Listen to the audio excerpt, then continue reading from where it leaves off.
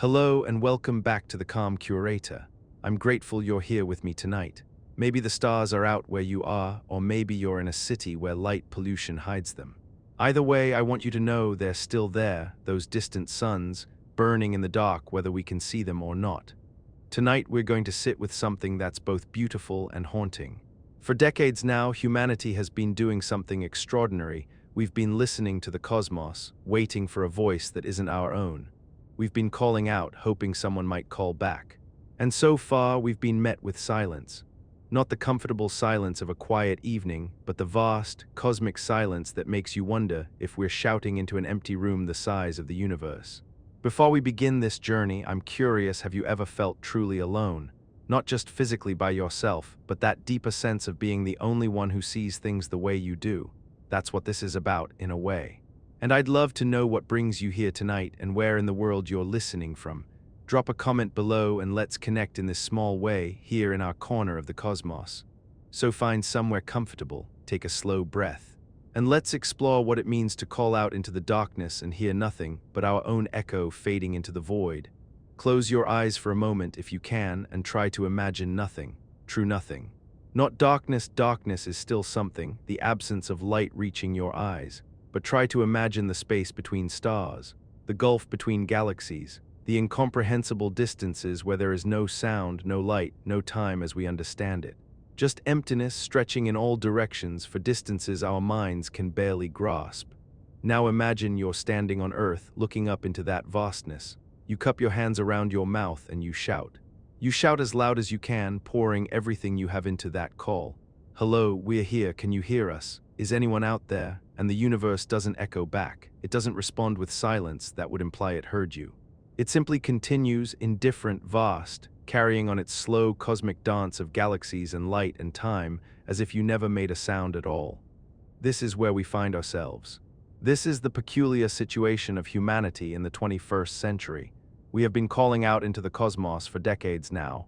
We have been listening, straining to hear even the faintest whisper of response. And so far, we have heard nothing but the background hum of the universe itself, the cosmic microwave background, the radiation left over from the Big Bang, the static of deep space. The silence is profound, and it raises questions that go far beyond science, touching something deeper in us, something about meaning, about loneliness, about what it means to be conscious and aware in a universe that might be filled with life, or might contain only us, a single candle flame of awareness flickering alone in the dark. Let's go back to the beginning, not the beginning of the universe, we'll leave that aside for now, but the beginning of our listening. The moment when humanity first developed the ability to hear beyond our own world and thought to point our instruments skyward and ask, "Is anyone there?" It starts, as so many modern stories do, in the middle of the 20th century. The Second World War had just ended, the atomic age had begun, and a new technology was emerging that would change everything: radio. Radio waves, we discovered, pass through the vacuum of space. Unlike sound, which needs air to travel, radio waves can cross the emptiness between worlds. If there were civilizations out there, civilizations that had also discovered radio, they might be broadcasting. Not necessarily to us, maybe just their own television shows, their own communications, leaking out into space as ours do. Or maybe, just maybe, they might be deliberately sending signals, trying to reach out, the same way we would eventually try. In 1960, a young astronomer named Frank Drake decided to look. He pointed a radio telescope at two nearby sun-like stars, Tau Ceti and Epsilon Eridani, and he listened. For 2 months, he listened. He was looking for anything that seemed artificial, anything that couldn't be explained by natural cosmic processes. A pattern, a repetition, something that spoke of intelligence and intention. He called the project Ozma, after the princess in the Oz books, a nod to the idea that he was listening for signals from a faraway, perhaps magical place. And the optimism of that name tells you something about the mood of the time. This was an era when anything seemed possible. We had split the atom. We had created computers. We were about to put a man on the moon. Of course there would be others out there. Of course we would find them. Drake heard nothing from those two stars, but he wasn't discouraged. The silence, he reasoned, just meant he needed to listen longer, listen to more stars, cast a wider net. And so began what we now call SETI, the search for extraterrestrial intelligence. Over the decades that followed, scientists pointed ever more sensitive instruments at the sky. They listened to thousands of stars. They developed algorithms to sift through cosmic noise looking for patterns. They imagined what an alien signal might sound like. Would it be a simple repeating pulse, a complex mathematical sequence, something we couldn't even recognize as communication because our minds are too different from theirs? And they heard static, noise, the natural radio emissions of stars and pulsars and quasars and all the violent, beautiful phenomena of the cosmos. But nothing that said clearly and unmistakably, "We are here, we are listening too, you are not alone." There was one moment, one brief, tantalizing moment, when it seemed like maybe, just maybe, we had heard something. On August 15, 1977, a radio telescope in Ohio picked up a signal from the direction of the constellation Sagittarius. It was strong. It was narrowband, the kind of signal that doesn't occur naturally. It lasted for 72 seconds, rising and falling in intensity exactly as you'd expect from something coming from space as the Earth rotated. The astronomer reviewing the data was so startled he circled it on the printout and wrote in the margin, "Wow, that's all it's called now, the wow signal, we've never heard it again." Despite years of listening to that same patch of sky, despite more sensitive instruments, despite hoping and watching and waiting, it never repeated. Was it aliens? Was it some unknown natural phenomenon? Was it interference from Earth that somehow seemed to come from space? We don't know, we may never know. But for a moment, for 72 seconds, it seemed like we might not be alone. And then the silence returned, deeper than before, weighted now with the memory of that single, unexplained cry from the dark. While we were listening, we were also reaching out. Because listening is passive, it depends on someone else choosing to broadcast. But what if we sent our own messages? What if we announced ourselves to the cosmos? In the 1970s, as we prepared to send spacecraft beyond our solar system, someone had a beautiful idea. These spacecraft, Voyager 1 and Voyager 2, would eventually leave the sun's influence entirely. They would drift in interstellar space for billions of years, long after our sun has died, long after Earth itself is gone. What if we put a message on them? What if we sent a greeting to whoever might find them in the far future? And so they created the Golden Record. 2 gold-plated copper discs, one on each Voyager spacecraft, containing sounds and images from Earth. A message in a bottle thrown into the cosmic ocean. Think about what they chose to include. Think about the impossible task. You have limited space to represent all of humanity, all of Earth, all of our culture and biology and experience. What do you choose? What defines us? What do we want to be known for? They included greetings in 55 languages. From ancient Sumerian to modern English, voices saying, hello, peace, welcome. They included sounds from earth, wind, rain, thunder, birds, whales, the sound of a human heartbeat, a mother's kiss. Laughter, they included music, Bach, Beethoven, Mozart, of course, but also Chuck Berry's Johnny B. Good Peruvian pan pipes, Senegalese percussion, Japanese shakuhachi, Australian Aboriginal songs, a Navajo night chant. They tried to capture the diversity of human sound, human expression, the ways we make meaning through organized noise. And they included images encoded on the record, pictures of DNA's structure, mathematical definitions, the position of our sun relative to nearby pulsars, a map so that anyone finding this could know where we are. Images of humans, man and woman, children, families, pictures of Earth from space, that famous blue marble photo, cities and forests and oceans and deserts. Carl Sagan, who led the team creating the record, wrote about how they struggled with what to include. They couldn't show war, though war is part of our story. They debated whether to show images of human nakedness, worried that it might be seen as inappropriate, finally including them because to hide our biology seemed dishonest. They chose images of people smiling, gesturing, living. They tried to show us at our best while still being truthful about what we are, and then they sent it out into the dark. These 2 spacecraft, carrying their golden records, have now left our solar system. Voyager 1 is currently over 14 billion miles from Earth, the most distant human-made object in existence. It's in interstellar space now, the space between stars where it will drift for eons. The chances of anyone finding it are vanishingly small. Space is incomprehensibly vast, and the Voyager spacecraft are tiny, moving slowly by cosmic standards. Even if there are millions of civilizations out there, even if space is teeming with life, the odds that anyone will stumble across these small golden records is essentially zero. So why did we do it? Why did we spend time and effort and care creating these messages that will almost certainly never be received? Because we had to. Because something in us needs to reach out to say, we were here, we existed. We thought and felt and created and loved. Even if no one ever knows, even if these records drift forever in the dark, we needed to make the gesture. We needed to try. And maybe in the end, the golden records aren't really for aliens at all. Maybe they're for us. A statement of who we are, what we value, what we hope to be remembered for. A time capsule not for the future but for ourselves in the present, reminding us what makes us human. But this brings us to a question. A puzzle that has haunted scientists and philosophers since we started seriously thinking about life beyond Earth. If life is common in the universe, if the ingredients for life are everywhere, if the laws of chemistry and biology apply equally across the cosmos, then where is everyone? This is called the Fermi Paradox after the physicist Enrico Fermi, who supposedly asked at lunch one day, "Where are they?" His point was simple. Our galaxy is very old, over 13 billion years. Our Sun and Earth are relatively young, only about 4.5 billion years old. There are older stars out there, stars that could have had planets with life that got a billion-year head start on us. A billion years. Think about what humanity accomplished in just 10,000 years, from the invention of agriculture to spaceflight. What could a civilization do with 1,000,000 years? With 1 billion, they should be everywhere, they should be obvious.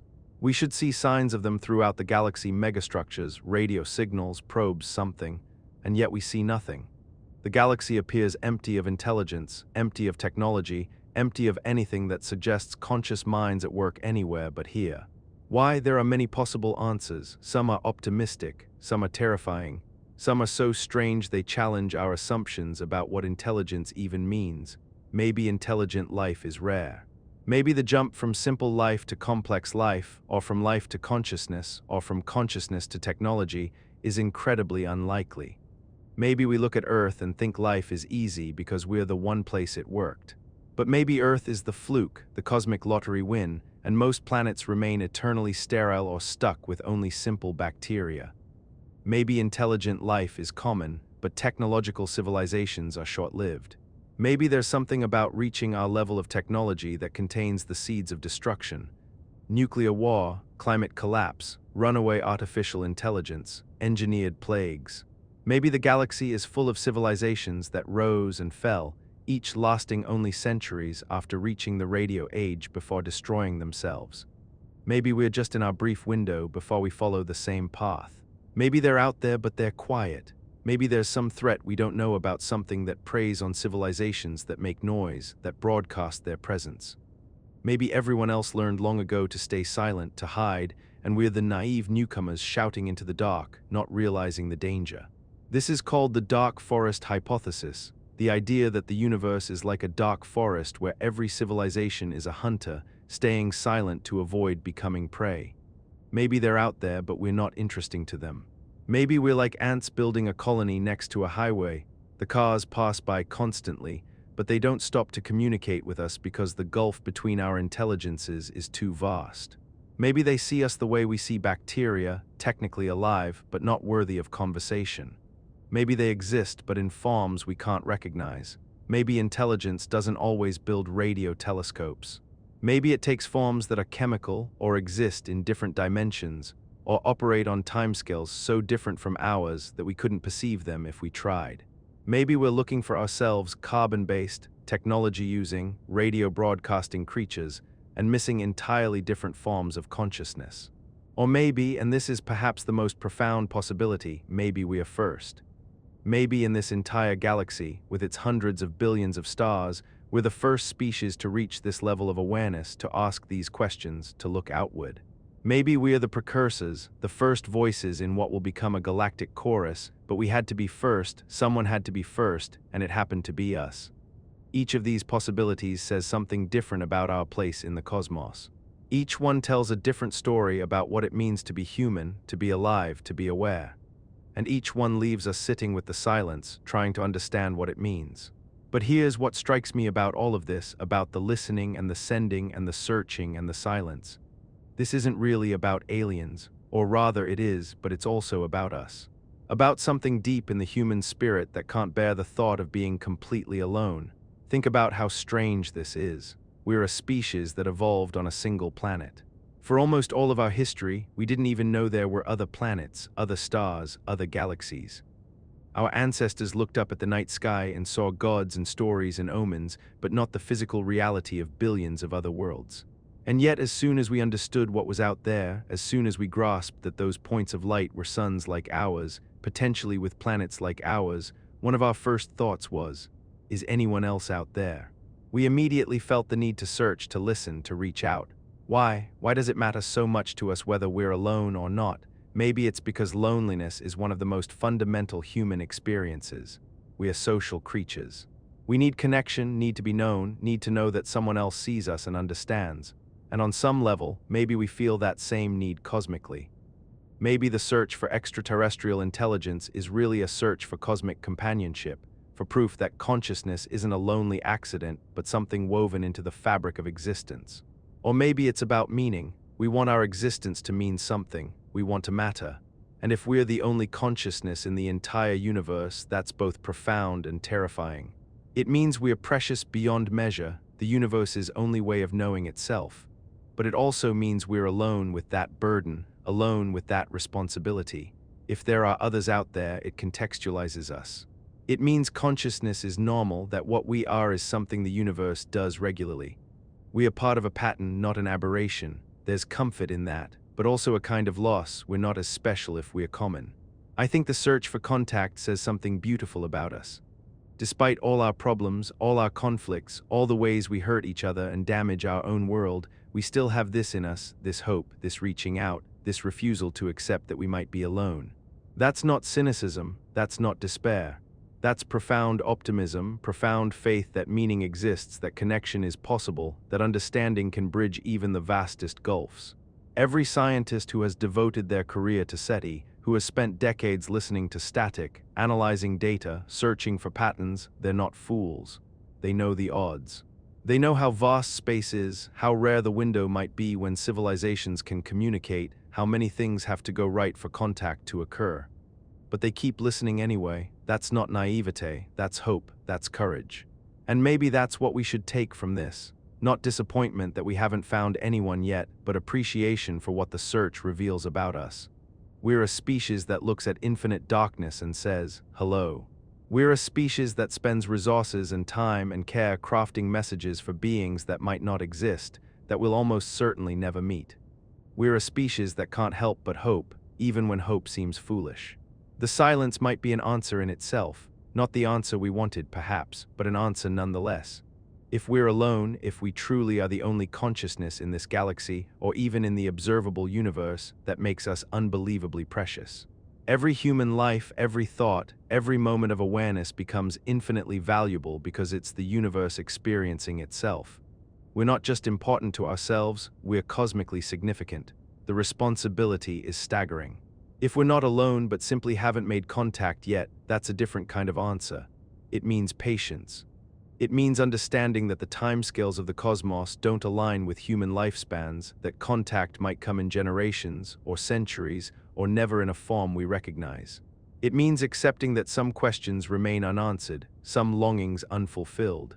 And if we're not alone but they're choosing not to respond, if they see us but remain silent, that's perhaps the most challenging answer. What does it say about us if other intelligence chooses not to engage? Are we not ready, not interesting, too dangerous? That's a mirror we might not like looking into. But in all of these scenarios, we're still here, still conscious, still asking questions, still creating meaning in the face of cosmic indifference or cosmic silence or cosmic absence. And maybe that's enough. Maybe it has to be. I think about the Golden Record sometimes, drifting out there in the dark. Those sounds of Earth, the whale songs and the rain and the laughter. The music we chose, the images of our faces, our hands, our world, all of that encased in gold, moving through space at 38,000 miles per hour, which sounds fast until you realize that even at that speed, it will take 40,000 years to pass anywhere near another star. 40,000 years, longer than human civilization has existed, longer than we can really comprehend. And even then, it will be passing by, not arriving. Just passing through the outer edges of another star system before continuing on into deeper dark. But here's what gets me. The people who made that record knew all this. They knew it would probably never be found. They knew the odds were impossibly long, and they made it anyway with such care, such thought, such love.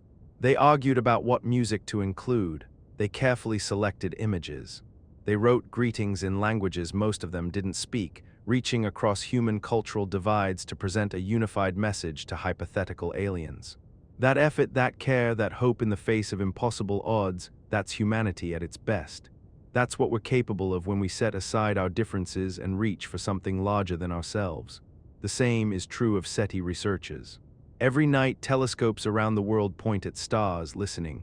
Computers process the data, searching for patterns. Scientists check the results, knowing that tonight, like every night before, they'll almost certainly find nothing. And tomorrow night, they'll do it again. That's not futile, that's faithful. It's keeping vigil, it's maintaining hope. It's saying that the search itself matters, regardless of whether we find what we're looking for. And maybe we've been thinking about this wrong. Maybe the question isn't, why haven't they contacted us? Maybe the question is, what does it mean that we're looking? Maybe the search for extraterrestrial intelligence isn't really about them at all. It's about us understanding ourselves, our place, our cosmic context. When we point telescopes at the stars and listen, we're doing something no other species on Earth does. We are exercising a uniquely human capacity to wonder about what we can't see, to search for what we don't know, to hope for connection beyond our immediate experience. That's remarkable, that's worth celebrating, regardless of whether anyone answers. And in a strange way, maybe we're already having the conversation, not with aliens, but with ourselves across time. The scientists of the 1960s who started this search, most of them have passed away now, but their work continues. The questions they asked, the instruments they built, the hope they held, all of that has been passed down to new generations of searchers. And someday, perhaps long after we're gone, someone will still be listening. Or if we've long since fallen silent, if humanity has followed whatever path awaits us, maybe the Voyager probes will still be out there, still carrying their golden records, still bearing witness that once, on a small blue world, there were beings who thought and felt and created and hoped. That will be true regardless of whether anyone ever finds them. The gesture was made, the message was sent, we reached out, that's not nothing, that's everything. I think there's a certain poetry in the silence. Because silence isn't empty, it's full of possibility. As long as we haven't heard a definitive answer, we can still hope. We can still imagine civilizations among the stars looking back at us, wondering the same things we wonder. We can still believe that somewhere out there, someone else is listening too, straining to hear across the dark. The moment we make contact, if we ever do, that possibility collapses into reality. We'll know what they're like, how they think, what they value. The mystery will be solved. But until then, we get to live in the question, in the maybe, in the hope. And maybe that's what we needed all along, not answers, but the search. Not contact, but the reaching out, not certainty, but wonder. There's a line from a poet, Rainer Maria Rilke, that keeps coming to mind. He wrote, "Be patient toward all that is unsolved in your heart and try to love the questions themselves." Love the questions themselves. Not the answers, the questions. What if that's what the cosmic silence is teaching us? To love the question of whether we're alone, to find meaning in the searching rather than the finding. To be comfortable living with mystery, with uncertainty, with the vast unknown that surrounds us. Because here's the truth, whether we're alone or not, we're still here, still conscious, still capable of wonder.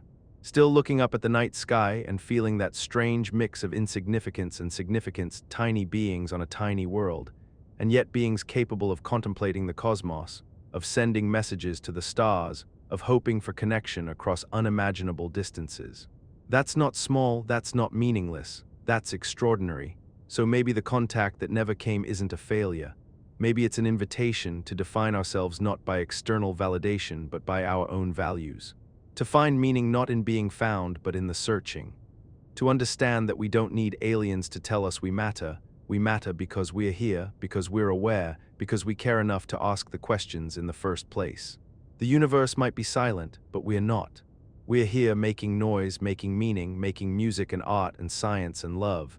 We're here asking questions that might never be answered, hoping for connection that might never come, searching for others who might not exist. And if that's all we ever do, if we spend our entire existence as a species calling out into a darkness that never responds, that's still worth doing. Because it's who we are, because hope is better than despair. Because reaching out is better than staying silent. Because maybe in the end we're not searching for them. We're searching for ourselves for proof that consciousness matters, that awareness has value, that the universe is better for having beings in it who can wonder and question and hope. And if we're the only ones doing that wondering, that questioning, that hoping, then we are precious beyond measure. Then we're the universe's only voice, its only hope, its only chance to know itself. That's not loneliness, that's responsibility. That's purpose, that's meaning. So we keep listening, we keep searching, we keep hoping. Not because we are certain we'll find someone, but because the search itself defines us. Because to stop looking would be to give up something essential about what makes us human. Because the silence, vast as it is, hasn't defeated us yet. And who knows? Maybe tomorrow or next year or a century from now we'll hear something. A pattern in the noise, a signal that couldn't be natural. A voice from the dark saying what we've been saying all along. Hello, we're here, can you hear us? Or maybe we won't. Maybe the silence will continue deeper and longer than any human lifetime, longer than our civilization, longer than our species. Maybe we'll call out and listen and hope for as long as we exist, and we'll never hear an answer. But we'll still be here, still aware, still asking, still hoping, still human, and somehow that feels like enough. Thank you for sitting with me in this silence tonight, for contemplating these questions that have no easy answers. If these thoughts stirred something in you, wonder, loneliness, hope, or something you can't quite name, I'd love to hear about it in the comments. Where does your mind go when you think about the cosmic silence? What do you hope we find or not find out there among the stars? If this journey into the dark spoke to you, give the video a like and subscribe to the Calm Curator. We'll keep exploring these quiet corners of thought together, asking the questions that don't have simple answers, sitting with the mysteries that make us human. Until next time, look up at the stars sometimes. Remember that every photon of starlight that touches your eye has traveled for years, decades, sometimes thousands of years to reach you. You're seeing ancient light, light that left those stars before you were born, light that has crossed the incomprehensible dark to find you here now, in this moment. You're connected to the cosmos whether anyone else is out there or not. You're made of star stuff, as Carl Sagan said. You are the universe looking at itself, thinking about itself, wondering about itself. That's not nothing, that's everything. Take care of yourself, be kind to yourself. And remember, whether we're alone or not, we're here together, you and I and everyone else on this small blue world, sharing this brief moment of consciousness, this strange gift of awareness. Maybe that's the only contact we really need. Good night, and thank you for being part of this journey.